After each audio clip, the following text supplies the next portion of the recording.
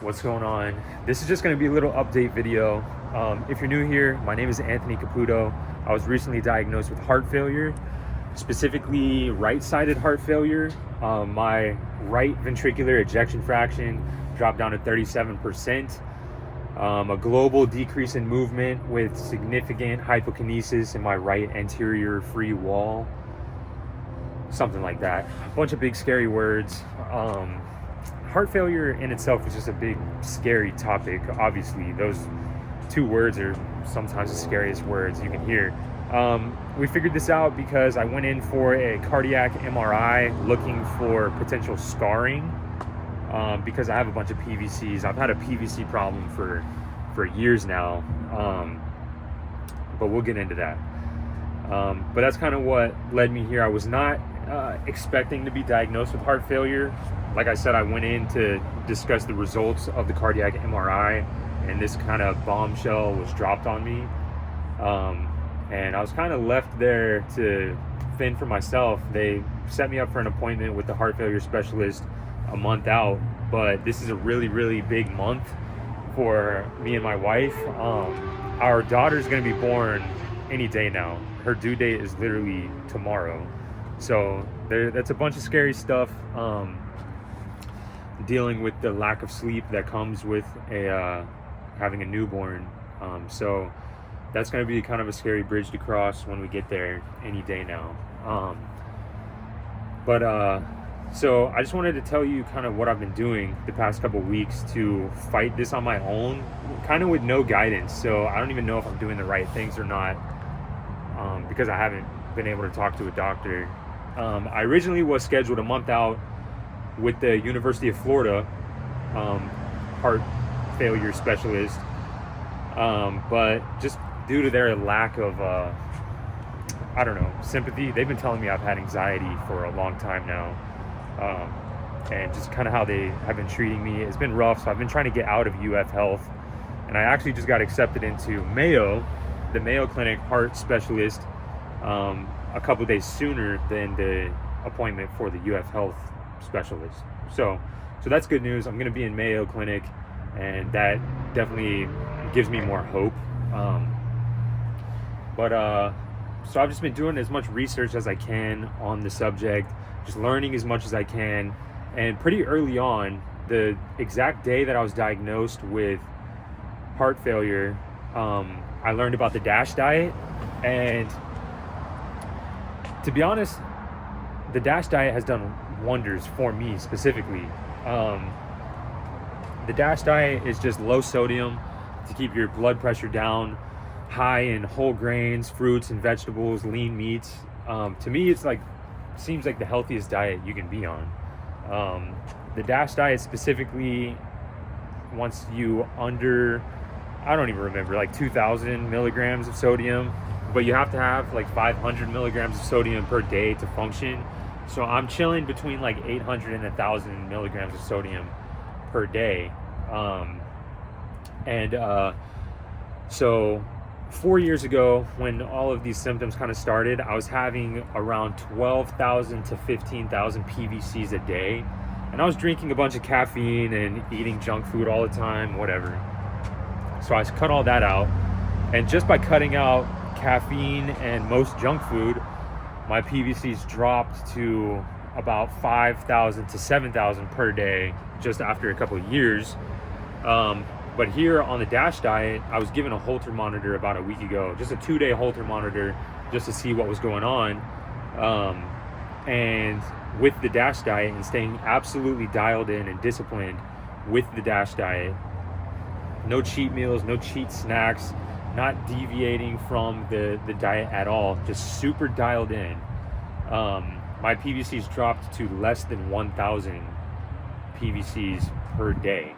I know it was just 2 days, but ever since I started the DASH diet, I was noticing my symptoms getting less and less and less, to the point where maybe 8 or 9 days into the DASH diet, I was stopping and checking my pulse every once in a while throughout the day, and I was counting 100, 200, 300 beats in sinus rhythm with no PVCs at all, to the point where I thought they completely went away. and that was the perfect time for that Holter monitor. Surprisingly, I still had about 1,000 PVCs per day, but I didn't feel them. I don't know if that's because my blood pressure was lower, so they weren't like pumping to get that next beat in as hard as they do with high blood pressure, maybe. But yeah, Dash Diet seemingly has been doing numbers for me, and just great stuff.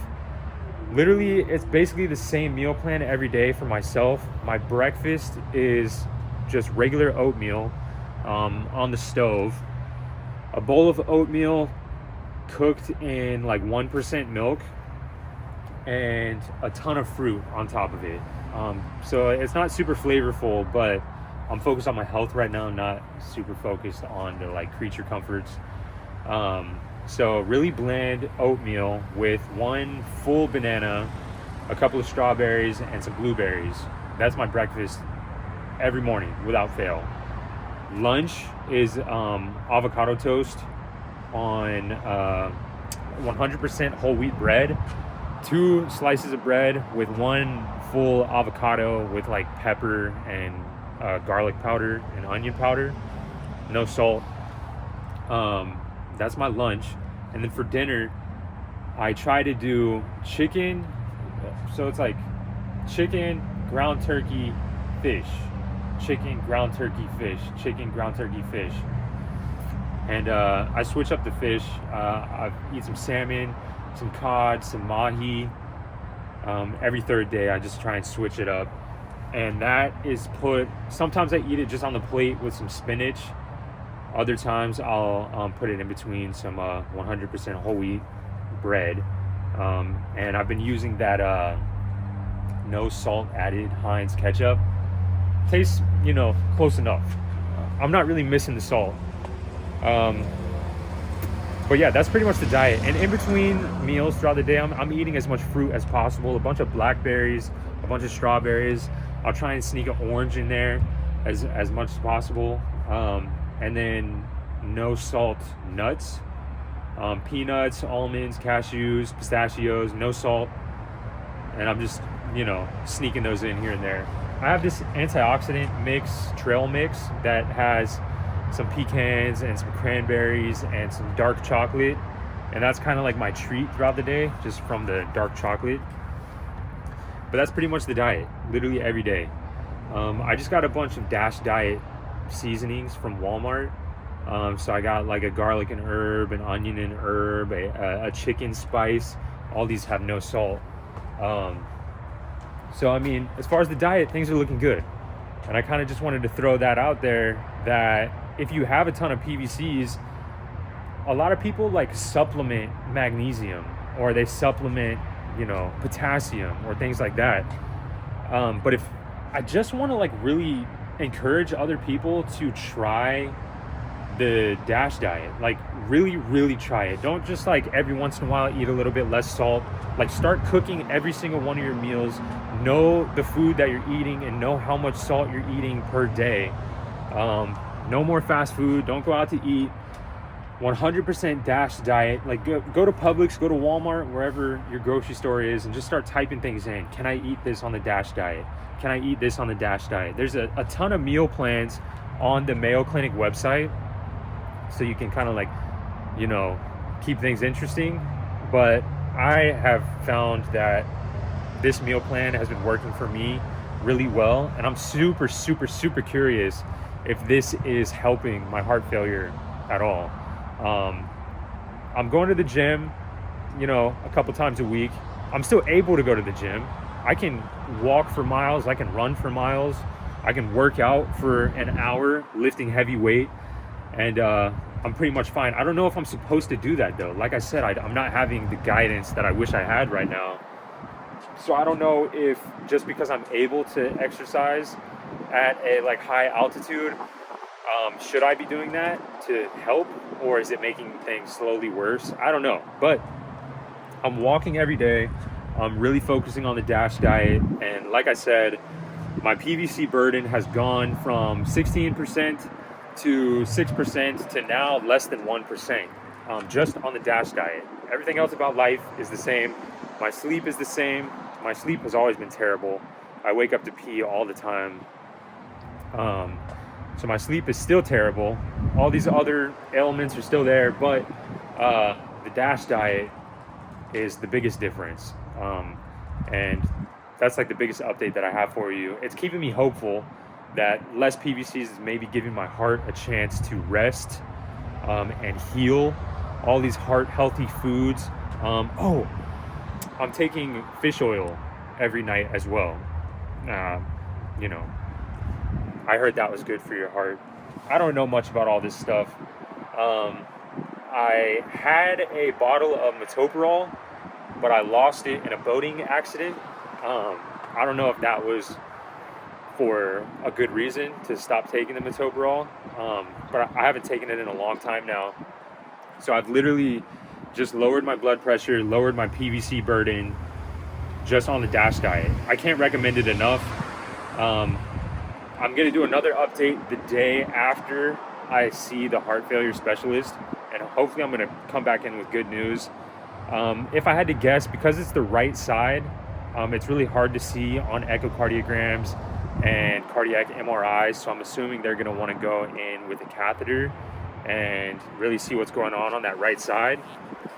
So that's where I would assume this story is gonna go. And then, but after the heart failure specialist, I'm gonna check in with you guys. But for now, that's the update. I'm actually about to go on a walk with my wife right now, try and get that baby out of there.